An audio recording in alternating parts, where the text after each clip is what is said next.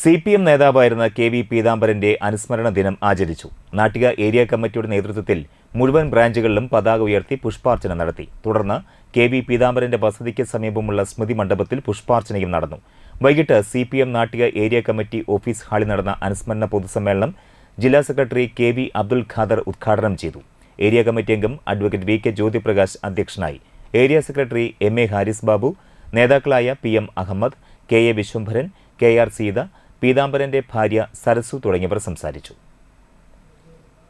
പ്രാദേശികതയുടെ അടിസ്ഥാനപരമായിട്ടുള്ള കാര്യങ്ങൾ ഇതിനെയൊന്നും നിരാകരിച്ചുകൊണ്ടല്ല ഇന്ത്യ എന്ന മഹാരാജ്യം നിലനിൽക്കുന്നത്.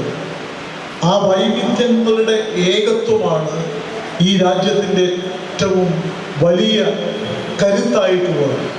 എന്നാൽ ഇന്ന് ആ വൈവിധ്യങ്ങളെ തകർത്തുകൊണ്ട് വളരെ ഏകപക്ഷീയമായിട്ടുള്ള ഒരു നിലപാടിലേക്ക് നമ്മുടെ രാജ്യത്തെ കൊണ്ടുപോകുന്നു. മറ്റെല്ലാ പ്രാദേശിക ഭാഷകൾക്ക് മുകളിൽ ഹിന്ദി, എല്ലാറ്റിനും മുകളിൽ ഒരു നേതാവ്, ഒരു പാർട്ടി, ഏകാധിപത്യപരമായിട്ടുള്ള നിലപാടുകൾ അടിച്ചേൽപ്പിക്കുന്ന അവസ്ഥ നമ്മുടെ രാജ്യം നേരിടുകയാണ്. എല്ലാ മേഖലയിലും നമ്മുടെ മൂല്യങ്ങൾ തകർക്കപ്പെടുന്നു. ഇപ്പോൾ ഇന്ത്യയുടെ ഏറ്റവും വലിയ സവിശേഷത സാമ്രാജ്യ വിരുദ്ധതയാണ്.